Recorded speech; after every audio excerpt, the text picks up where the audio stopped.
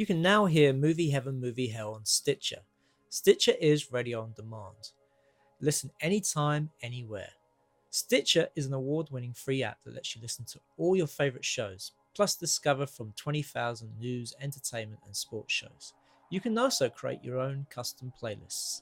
Stitcher is available on iOS, Android, Nook, iPad, and in over 4 million car dashboards. It's on demand and it's on the go.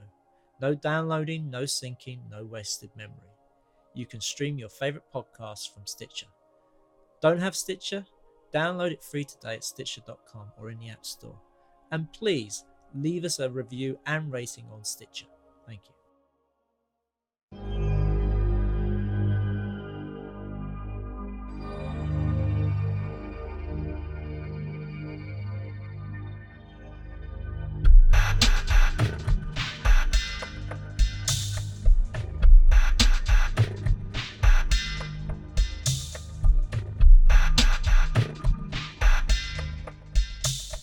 Welcome to Movie Heaven, Movie Hell. This week we're going to continue the Bond theme with a recording of a lecture that Keith gave at City Lit last year to correspond with the release of Spectre. The lecture is actually all about the history of Spectre and Blofeld within the James Bond films.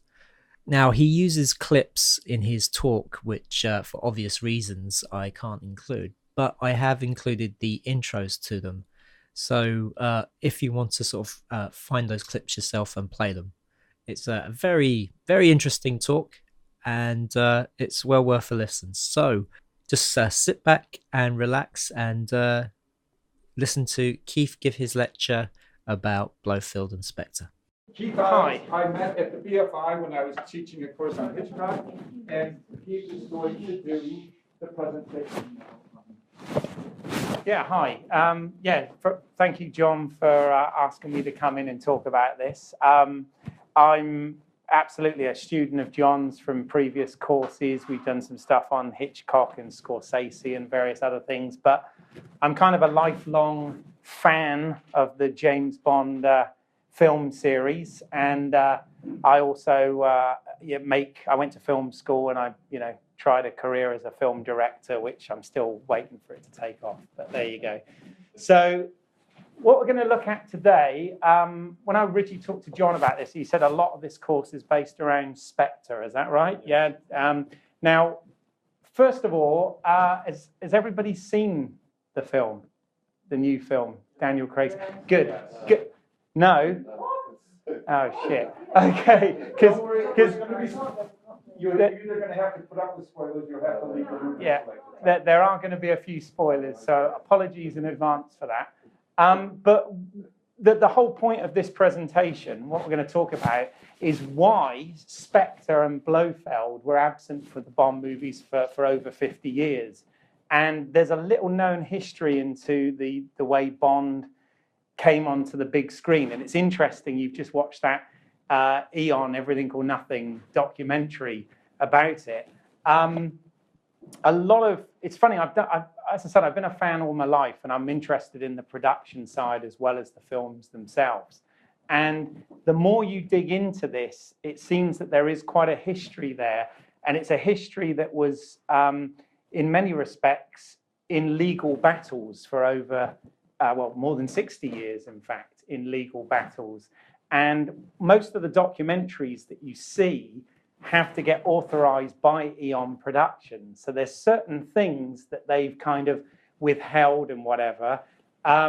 Also, of course, as with everything, creative property and copyright and who owns what is a very, very difficult thing to, put a lid on exactly. So I'm going to go through a few stories that I've learned about this and how it sort of feeds back into what you're seeing with the new Daniel Craig film. So first of all, Spectre. Obviously, in the new film, Spectre is a code name for, I guess, what sort of repped on what was Quantum in Quantum of Solace, yeah? And there's a reason they couldn't use Spectre for a while. But originally, Spectre was actually an acronym. So as you can see there, Special Executive for Counterintelligence, Terrorism, Revenge, and Extortion. Very, very 50s, 60s Cold War type title. But that's where it originally comes from. And this all sort of dates back to the 1950s. And obviously, Ian Fleming had created Casino Royale, the first novel, in 1953. And by the time he'd got to the late 50s, we're talking 58, 59 here, he had written seven Bond novels. But he was quite desperate to get film deals in place for these novels because he thought that his character, James Bond, and these stories that he was telling would make absolutely fantastic movies. But he wasn't getting any film deals. The only thing that he'd managed to get at that point was a television deal with ABC to make a rather boring and not particularly good version of Casino Royale with an American called Barry Nelson playing the role of James Bond. And that was about all there was in terms of other media beyond the novels themselves. And what happened was, in the late 50s, Ian Fleming was introduced to Kevin McClory. Now, Kevin, his background was he was a dead the opposite to Fleming. He was very much a working class guy. He hadn't, grown up in a fairly poor background, but he'd managed to get himself into the film industry. He was quite a pushy, bolshy sort of character, and had managed to work as a boom operator and a runner and a first assistant director. And he'd managed to work his way up into the industry to the point where he actually directed a film called The Boy on the Bridge. Okay, and the producer of that film was good friends with Ian Fleming. So he got them talking, and he said, I think Fleming really wants to make these Bond novels into films, and I think they'd make great movies. So basically, he told Kevin McClory to go and read the half a dozen novels that were already out by that point. And McClory read them, and he felt that even though James Bond himself was an interesting character, and the whole idea of the British Secret Service and going on these missions and having sophistication and all that, he really liked. But he didn't actually feel the stories themselves were very cinematic. He felt they were quite verbose, they were very wordy, everything was written from the point of view of the first person, so it was all in Bond's head. And he felt that they wouldn't be particularly cinematic spectacle. They wouldn't really make that. So he got together with a screenwriter called Jack Whittingham, and they met with Connery several times. And basically, they met with Fleming, several times. Oh, Freudian slip there. They met with Fleming several times. And basically, I think from the stories I've heard, they all used to like to get drunk and smoke and probably have a few vodka martinis and things of that nature, and start developing story ideas and talking about how they might be able to adapt James Bond for the big screen.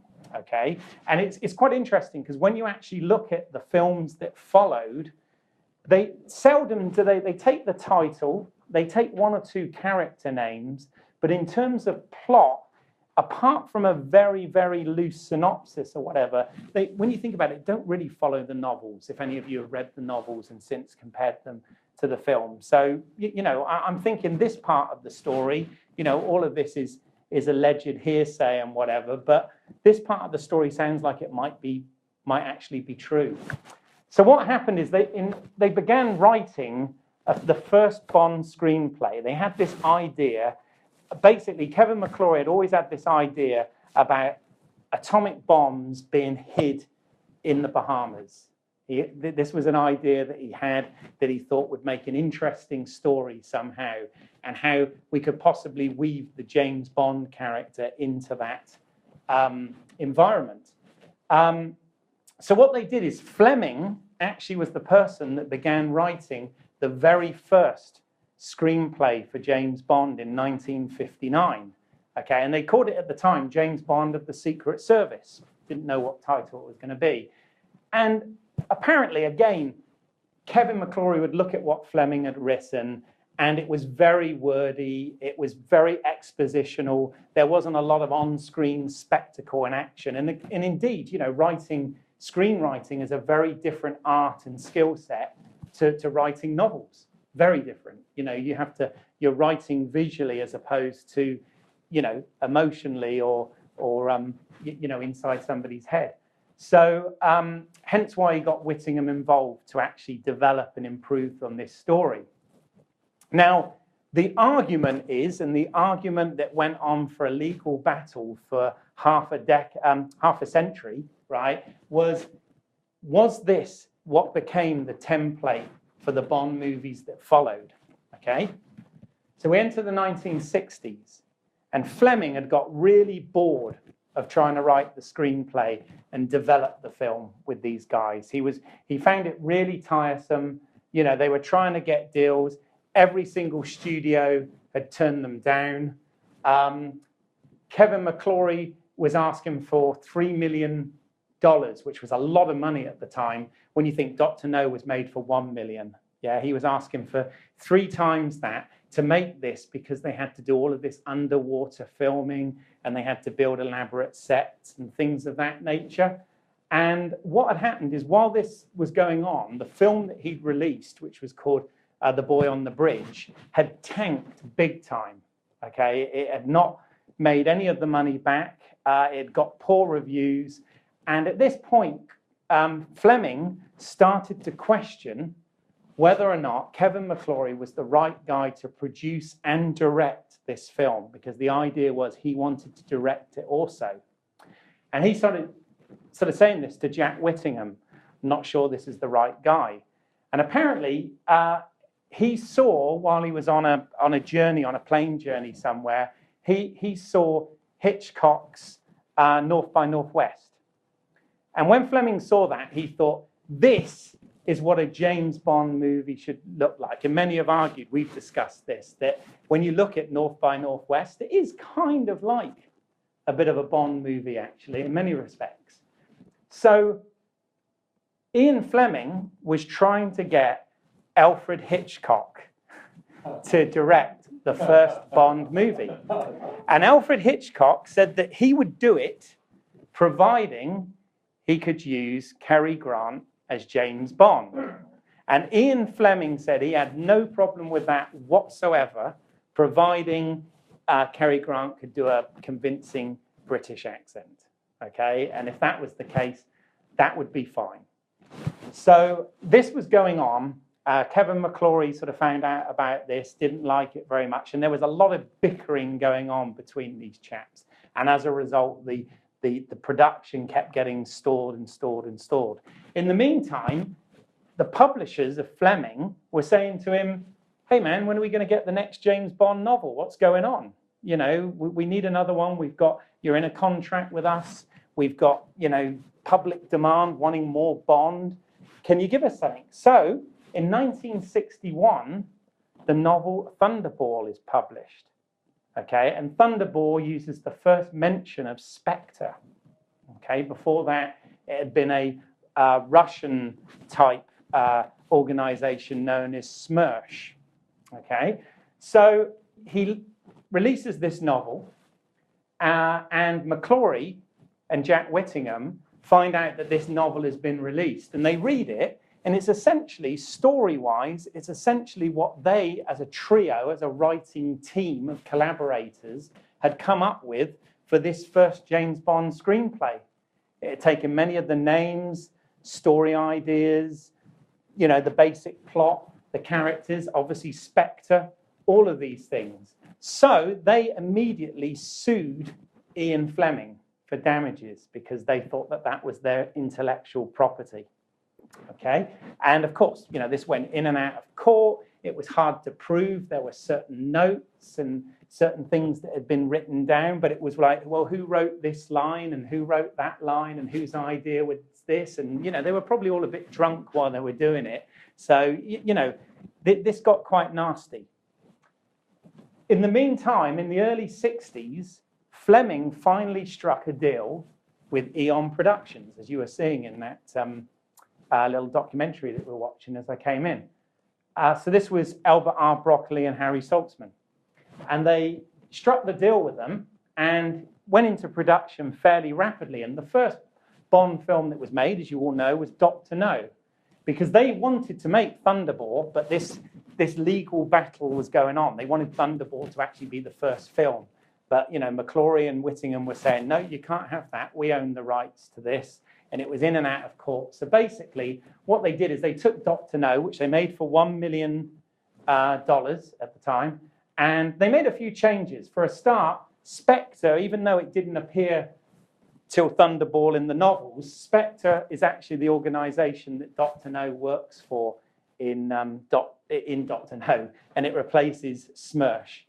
The other thing that they did was they changed a few other things. At this point, they didn't have the rights to Casino Royale because it was with that television company, and they have it that Bond meets Felix Leiter in Dr. No, played by Jack Lord at the time. Obviously, this was a smash hit, did really well. So the following year, they go straight into production with From Russia with Love. You know, another major film, major hit, Connery a massive star. You know, the formula's working, all right? And of course, we all know Goldfinger kind of set the template. However, while all this was going on, Whittingham, McClory, Fleming were in this massive battle because not only had they done this script, this original script, James Bond of the Secret Service, which became Thunderball, they had also done quite a lot of conceptual art and production design, all of which apparently looked very similar to stuff Ken Adam had come up with for these films. So they were sort of arguing that, well, really, we kind of designed the Bond film template, and these guys have stolen it from us, and Ian Fleming has done the dirty on us and gone direct with these guys. So this goes on and on and on and on. Sadly, in 1964, Ian Fleming dies. So in 1965, they've had these very successful first three films, and they now want to make Thunderball. Okay, but you know, there's still this thing that Kevin McClory owns the rights to it. So what they do is they strike a deal with Kevin McClory to have that script and have him credited as sole producer. So unlike the other films that say produced by Albert R. Broccoli and Harry Saltzman, Thunderball actually says Albert R. Broccoli and Harry Saltzman present Thunderball, and the sole producing credit goes to this Kevin McClory guy, as well as Jack Whittingham and him getting credited above Ian Fleming for the story. Okay, so that's the first clip. What I want to do is I want to play the pre-credit sequence of Thunderball, which is obviously, by now, the Bond tone has been set, you know, by those other three films. And you'll see the beginning credits where you'll see it says Eon Productions present, or Schultzman and Broccoli present. And you'll see Kevin McClory's producing credit. So, Thunderball, at the time, the most expensive Bond film to date at that time, because obviously it had to come up with all these marvelous underwater scenes. It was the first Bond film to be filmed in CinemaScope. Before that, they'd all just been normal widescreen, but this was 2:35:1 CinemaScope. And until this, a lot of people were surprised by this until 2012, when Skyfall came out. This was still the most successful Bond film in the entire series.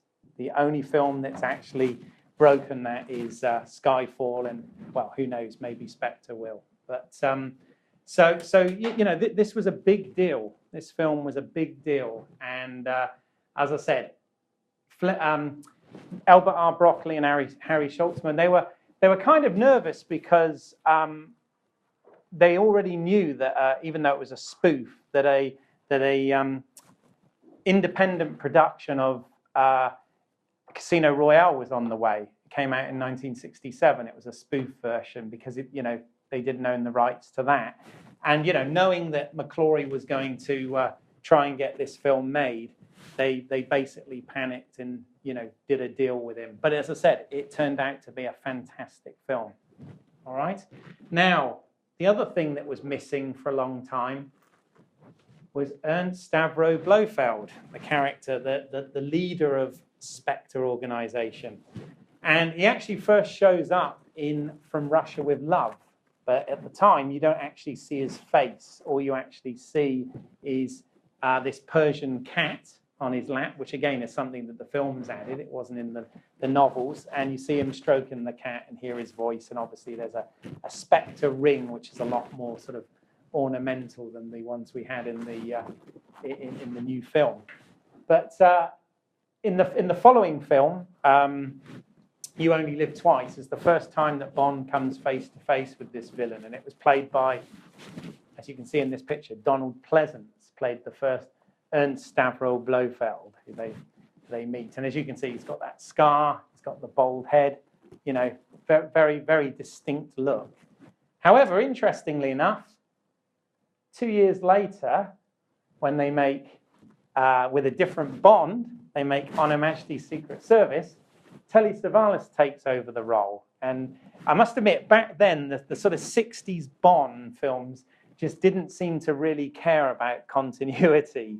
They were forever switching actors. Obviously, in this case, you even had a different actor playing James Bond in the form of George Lazenby. And you had these guys, and they'd obviously met in the previous film, played by different actors. But in this film, they kind of meet again. And, you know, they don't know each other, which is kind of odd. But obviously a very important film because, again, spoiler alert, folks, but in On Her Majesty's Secret Service, Bond actually falls in love for once and marries Tracy, who becomes Tracy Bond. And this guy and his henchman, or henchwoman in this case, actually kills her. So at the end of the credits for On Her Majesty's Secret Service, his wife is dead. He says, "We've got all the time in the world," which leads to the lovely Louis Armstrong song. And then they managed to get Connery back. He didn't really want to come back because Connery had kind of fallen out with the Broccolis and Schultzman by this point. But they managed to get him back for a ridiculous amount of money that he donated to charity, because obviously, even though the film was successful, On Her Majesty's Secret Service, the Bond itself, George Lazenby was not, and had fallen out with the producers quite badly. So in the next film, Diamonds Are Forever, once again, Blofeld looks different, this time played by Charles Gray, who had interestingly played a character called Henderson in You Only Live Twice. So again, they like to not only change the actors, but use actors in different roles. And in this one, you know, Connery comes after, or Bond comes after for revenge. And Ernst Stavro Blofeld and the cat and everything is in this film too. And just to add, in Dr. No, Joseph Wiseman played Dr. No. He did, yeah. And then, but Anthony Dawson was... Oh, was the man you don't see stroking the cat. Stroking the cats. Yeah. But he's the one Bond killed in Dr. No, and now he's Blofeld in From Russia with Love. Exactly. So they like to mess with all that back in the 60s. Now, the big problem with Blofeld, okay, in terms of there were legal reasons why he couldn't be used, as I was explaining, but the other trouble was this guy.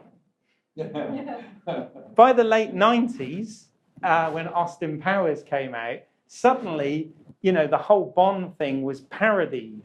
And, you know, I know there's a whole generation of people that when they see You Only Live Twice, think, oh, that's Dr. Evil, you know, which I think is quite scary. But yes, it did open up for the parodies. And obviously, in this case, he had the cat that didn't have any fur, things of that nature. So we enter the 70s. And basically, would you believe it? Kevin McClory's made an absolutely massive amount of money off of Thunderball. The guy's a millionaire. Okay, he owns homes in the Bahamas. You know, he's doing really well for himself. With that millionaire, he could have gone off and made other films, you know, but I don't know why he did. He was still very bitter that Eon Productions had this Bond franchise that he felt was his. Okay, even though they'd worked with him on that one film, he still wanted more of a cut of their other successful films. And again, you know, since Thunderball, they'd had another 3 hugely successful films by this point. So as we'd enter the 70s, he again was taking them to court regularly, and it was basically agreed that they couldn't use the name Blofeld or Spectre in any future movies because that was owned by Kevin McClory. By this point, sadly, Jack Whittingham had actually died in this. So Jack Whittingham, he kind of, from what I've read, he kind of got a bit screwed over by Kevin McClory as well. Kevin McClory, you know, didn't seem to care, even though Jack Whittingham was kind of the creative force, and Kevin McClory was more the driving force. He cut Jack Whittingham out of loads of deals, allegedly. This is just what I've read. Who knows if it's true? So The Spy Who Loved Me, which came out in 1977, which again, in some respects, was a little bit of a retake on Bond because obviously this is a whole nother story, but Broccoli ends up buying Schultzman out because of financial problems. So The Spy Who Loved Me is the first Eon production that is solely an Albert R. Broccoli and not Harry Schultzman production. But the Spy Who Loved Me novel did feature Spectre and Blofeld, but they had to completely rewrite it and redo it for the movie. And Kevin McClory at this time still had his Thunderball script, which he'd adapted and updated, and it was now named Warhead. And he wanted, he was approaching Sean Connery to see if he would come back and do the role of Bond once again. So The Spy Who Loved Me in the novel, they mentioned Spectre, but not in the film. That's correct. Yeah. So how is it that Ian Fleming mentioned in the novel? Surely, if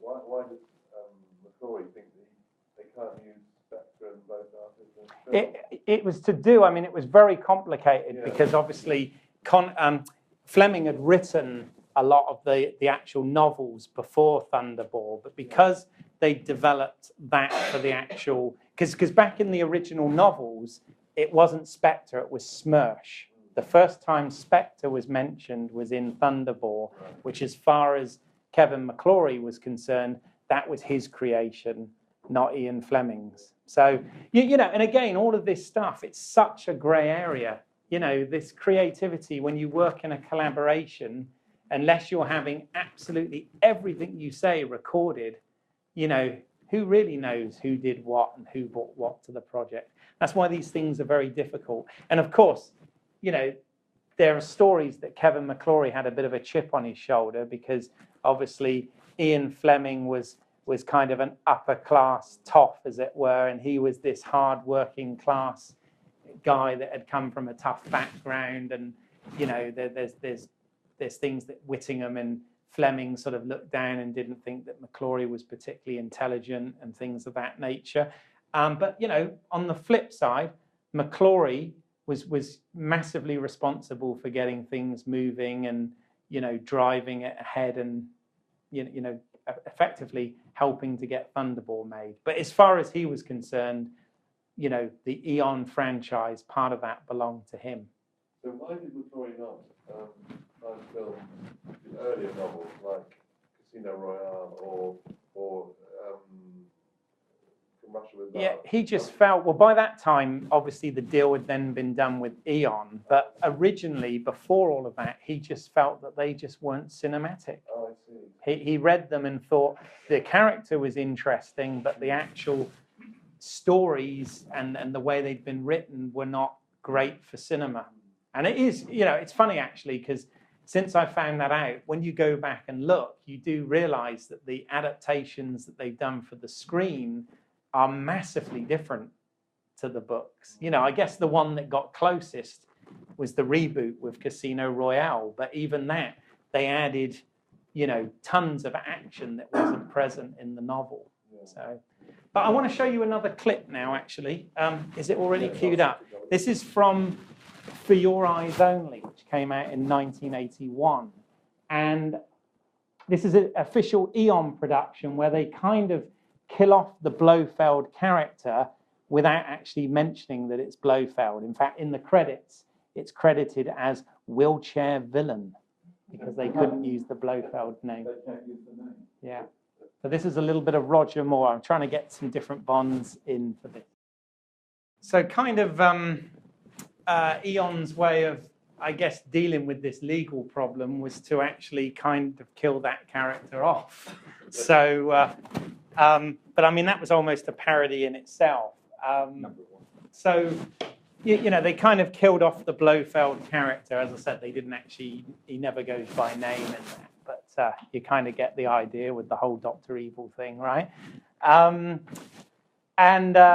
some interesting things in that as well. It's the first sort of link of the Roger Moore films back to what had come before, because obviously he's visiting his wife's grave there from On Her Majesty's Secret Service, which is quite interesting. In fact, something that I always kind of welcomed when they did the reboot with Daniel Craig in 2006 was the fact that, you know, even though they all looked different and handled the roles differently, you know, we as the audience were always supposed to believe that, you know, this was the same character in all these films. And, you know, had that timeline been reality, he would have been, what, in his 70s by the time Pierce Brosnan took over. So, but on the subject of an older Bond, in the early 80s, we got into this stage of the Battle of the Bonds, and that was Kevin McClory was still biting at the bit to try and, you know,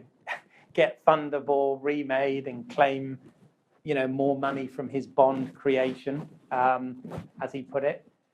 And there was he approached a producer, or rather a lawyer, should I say, called Jack Schwartzman, who really wanted to be a film producer. He had ties into film production in the fact that he was married to Talia Shire, who is actually Francis Ford Coppola's sister, and appeared as Adrian in the Rocky series of films. And basically, he used some of his film contacts to try and get some money together to get Kevin McClory to be able to remake a new Bond film. And this Bond film was supposed to deal with an older Bond. What would happen if 007 came back to the Secret Service, you know, years after he'd left it, you know, and what would unfold there. So he approached Sean Connery, and they offered Sean Connery a crazy amount of money to reprise his role as Bond one more time. Okay, and this script was the script that was called Warhead. However, it was actually, or rumor has it, that the title ended up coming from Sean Connery's wife, who commented that he said that he, after Diamonds Are Forever, he swore he would never play Bond again. So she came up with Never Say Never Again. And that's what this film became. So it was produced by Jack Schwartzman. It was made in 1982 for a 1983 release. Quite an impressive cast and crew involved in this film. It was essentially a low budget, or fairly low, medium budget, independent film. It was independent from the studios. It was going to be released through Warner Brothers. It had nothing to do with the established Eon Productions. And as I said, Kevin McClory was going to get this made and make even more money off of it, with Jack Schwartzman producing. However, Eon Productions had something to say about this, obviously. So Jack Schwartzman spent most of the time in court with the lawyers from Eon Productions, trying to come to settlements and agreements of what they could and what they couldn't do with this material. And whereas they were going to do this story about an aging Bond, which they kept elements of, essentially the only thing that they were legally allowed to do with this was use elements, characters, story points, etc., from the novel Thunderball. Not the film Thunderball, the novel Thunderball. Okay? So this meant that they had certain production limitations and restrictions as to what they could do. Connery also wanted to have sign-off on this and sign off on the production. And Sean Connery was in fact the one that made a lot of things happen. And they did a lot of smart stuff for this. The first smart move they did is they hired as the director of this Irving Kershner. Now, Irving Kershner, 2 years beforehand, had directed the second Star Wars movie, The Empire Strikes Back, for George Lucas. So Irving Kershner, seasoned director, had a massive hit with that film, you know, felt it would be good to bring a hero back to the screen, or an actor playing an old hero back to the screen. So they got Irving Kershner on board as director. The other thing they did is they approached much of the crew from Raiders of the Lost Ark that had been filmed over here at Elstree Studios the year previous.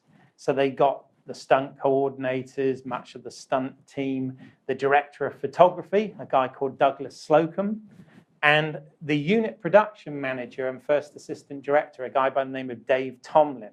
Now, Dave Tomlin takes very little credit, but Dave Tomlin was responsible in many respects for getting this film made, because Jack Schwartzman, who was the official producer, was spending most of his time in court with the Eon guys. Yeah. Now, they were given certain limitations to what they could and couldn't do, all right, to make this Bond movie.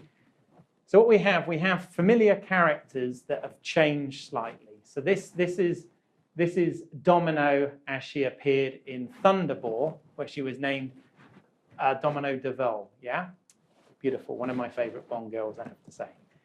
In the remake, she is played by Kim Basinger in one of her earliest roles. In fact, I believe this was her first movie role. Before this, she had only done television. Okay, and they had to change the name, in fact, back to what the name was in the original novel, because they changed it for Thunderball based on the casting of the actress. All right, so but you've got analogues of many of these characters. The villain in Thunderball, Emilio Largo, okay, you know, very much modelled after a pirate, you know, with his eye patch and his, but at the same time, you know, Agent Number 2 Inspector. So this guy, but they decided to take maybe a slightly more realistic approach in the 80s and cast this guy as Maximilian Largo. Again, a subtle name change, but essentially same character, very similar plot. Another one that changed, this was the femme fatale in Thunderball, Fiona Volpe, which was played in Never Say Never Again by Barbara Carrera, playing Fatima Blush. And this is an actual, again, a Fleming name that they went back to for the femme fatale, Fatima Blush. Now, we also had Max von Sydow, you know, from Exorcist fame, and fresh off the back of Flash Gordon playing Ming the Merciless the year before, becoming the first Blofeld in 12 years, you know, since 1971 in Diamonds Are Forever.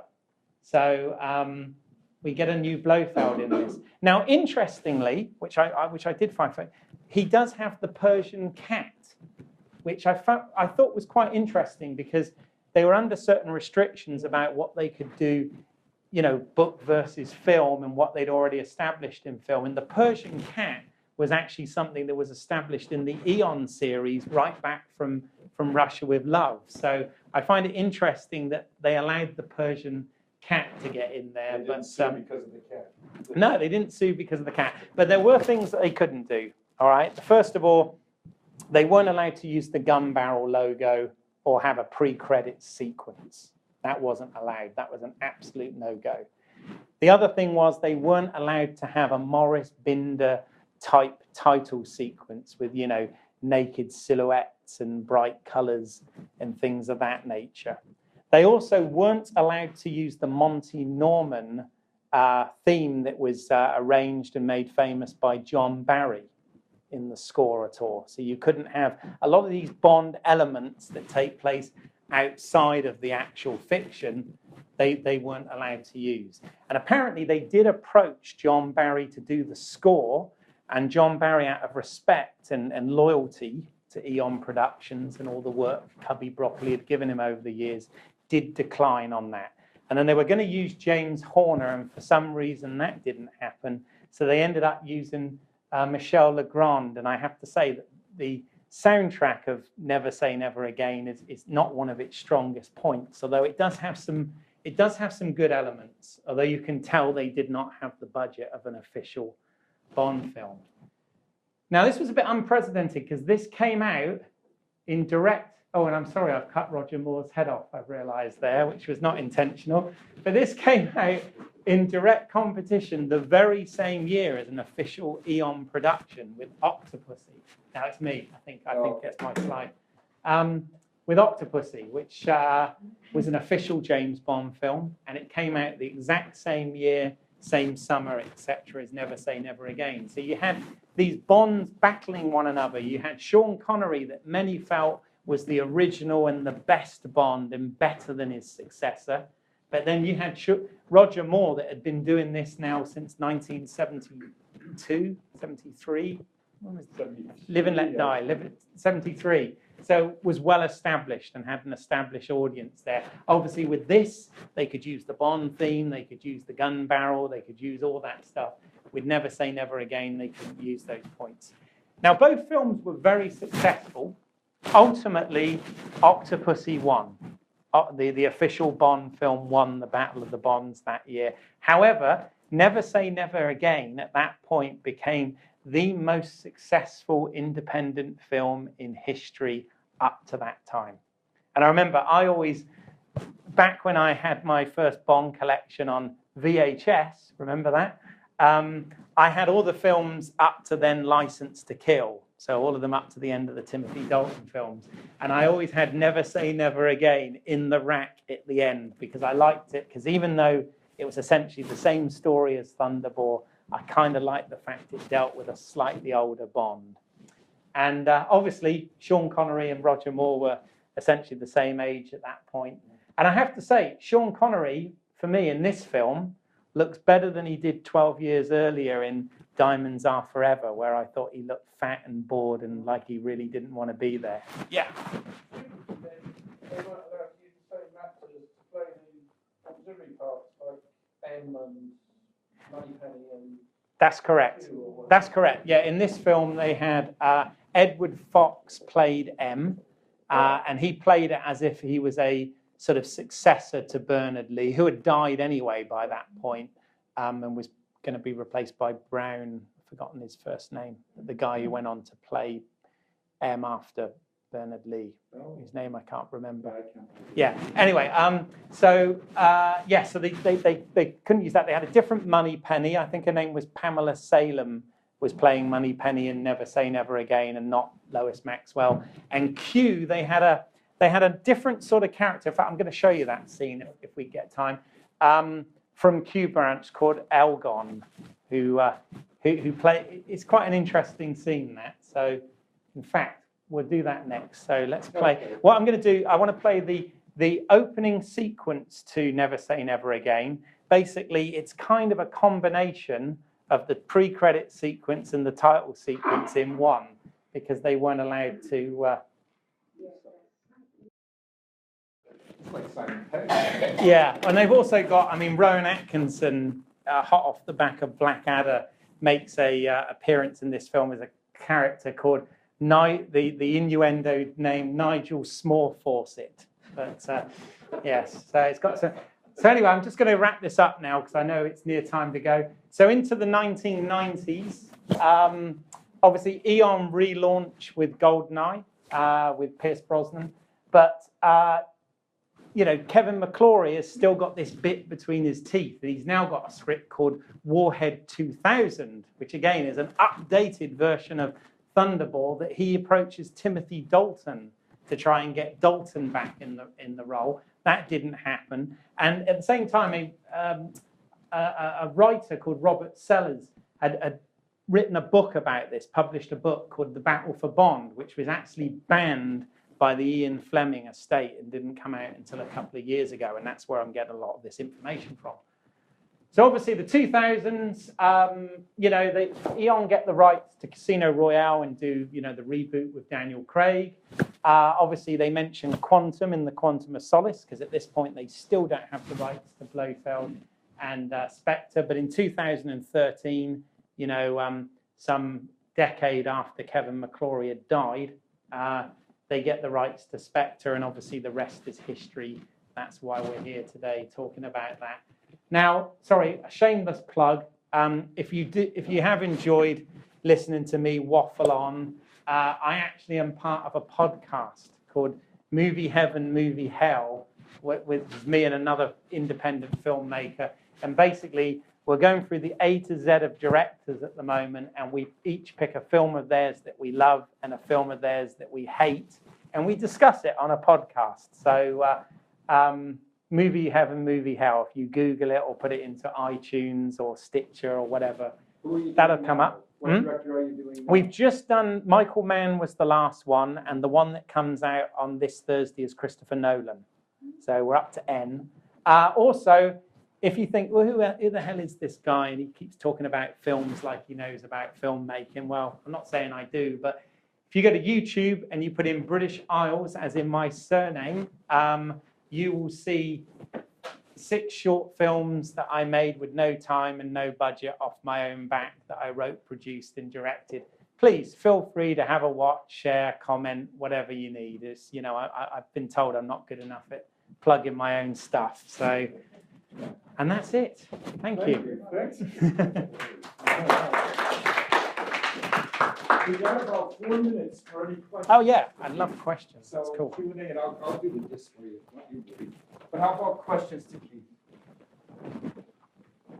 I don't know. As I said, I don't know whether any of this is news to you or not. But as I was researching it, I found that it was a bit like an onion, and as you started peeling away, there were more and more levels. And of course, I respect Ian Fleming. I respect the Eon films, but it's also quite interesting that, you know, James Bond that we know and love might not just be down to them. It might have been down to other people as well. And that book was by Robert Sellers. Robert Sellers, yes.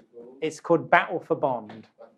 Yeah, it's I'm not on any royalties for that, but it is available on Amazon as a second edition. Apparently, the first edition, which cost hundreds of pounds to get, but that had the production concept drawings in it that looked very similar to what Ken Adams ended up producing, but those were completely banned and vetoed, so they're no longer in that book.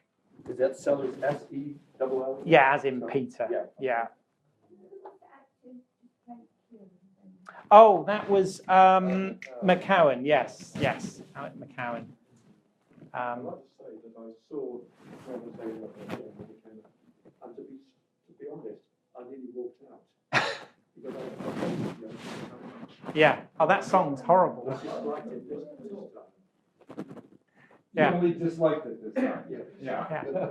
No, I mean, no, it's very controversial, that, because, you know, the actual visuals are quite good with Connery kicking ass and, you know, doing this training exercise and infiltrating this place. But yeah, the music kind of. You know, it's like when a franchise goes Tarzan, used to be MGM, when he swung through the trees, and it looks so tremendous. And then he went over to RKO. Right. And they couldn't take the call, the Tarzan call couldn't go with them. Ah, right, He was okay. putting on weight. And it all just looked, you know, he lost the team. It just didn't look the same. Yeah. Yeah. It depends on somebody. The opening did remind me very much of almost like an American film. Had that sort of action over the credits. Yeah. In Yeah. Irish colours. Yeah. Yeah, it wasn't particularly filmic. Yeah. No, I mean, when you watch if you watch the whole film, I'm not suggesting you do, but if you do, the showdown at the end, they couldn't do the underwater showdown like they did in Thunderball. That's one of the things they weren't allowed to do. So what they are instead, they're in a temple, and they're having a shootout in this temple. But it's really, I mean, it looks like, you know, it looks like an old disused set from Indiana Jones and the Temple of Doom, but it's really brightly lit. And apparently Kirshner says that he'd lost interest by that point because this was a really problematic production. And you can sort of tell, I mean, it looks, the climax, for me, would never say never again. I think the first 3/4 of the film is actually pretty decent, but the final quarter kind of lets it down somewhat. The climax is a bit meh. I find with most Bond films, I get bored with the end, the big end and the volcano or whatever. Yeah. I like the build up to it. Yeah, no, absolutely. Does the Connery carry it? I mean, not carry it. Does he convince? I've not seen it. I don't see it. Does he convince it? I think so. Yeah, I think he's more convincing in this than he is in Diamonds Are Forever. For me personally, I think he's much. But I mean that the point is, it's supposed to be an aging character by that point, which is one of the things I like about it. And there's some nice touches, like at the beginning, he arrives in a Bentley. So that's a nice little wink back to the novels. Obviously, the Bentley only appeared briefly in From Russia with Love and is mentioned in Goldfinger before he gets the wonderful Aston Martin. But, you know, so it's got some nice touches, but it's not, yeah. How do you like Spectre? You see, I really like it. I know this causes a lot of debate. I mean, my view on this with Eon Productions is they're kind of damned if they do, damned if they don't. And what I mean by that is I really loved Casino Royale, but I know a lot of hardcore Bond fans that say, yeah, but it wasn't really, you know, you didn't have Q and you didn't have Moneypenny and he wasn't shagging loads of women and you know, he didn't have gadgets and there was no Bond luck and, you know, all this sort of thing. Well, they've gone and put all of those elements into Spectre. I mean, I think it ticks every box. And now people are saying, oh, it's a bit silly and it's a bit make-believe. And you're like, well, you know, it's a balance, isn't it? I like the way they've tied the story ends in. I like the way they've brought Blofeld back. I like the Scar as kind of a nod to the Pleasance character. So, yeah, I mean, I thought it was really good. For me, it's my favourite since Casino Royale. Because I have issues with both Quantum of Solace and Skyfall. Do you with Skyfall? I love Casino Royale, but I love Skyfall. But I know what you mean. What are your issues? My issues with Skyfall. Well, first of all, I'm utterly pissed off that the gun barrel wasn't at the beginning. They stuck it at the end. That so pissed me off beyond belief. I was sat through the first 20 of the minutes of the film fuming because of that. I'm like, Mendes, you twat! What have you? You know. So I didn't like that. And the fact, what I did like was obviously in Casino Royale, they completely divorced themselves from all the other Bond films. And I kind of get why they did it, because it was the 50th anniversary. But bringing the Goldfinger Aston Martin into it was wrong, in my opinion. They shouldn't have done that. They divorced themselves from that. And I just thought it was winky, and it took me out of the film. And it was not, you know, it was supposed to be inconspicuous, which it wasn't. He had that stupid gag with M that he was going to send her out the ejector seat, and then they used the machine guns and stuff at the end, and I was just like, and of course the whole ending, that whole A-Team Home Alone MGyver ending just really annoyed the hell out of me. So now I had loads of issues with Skyfall, and also Thomas Newman didn't get the soundtrack right, which he did in Spectre, I feel.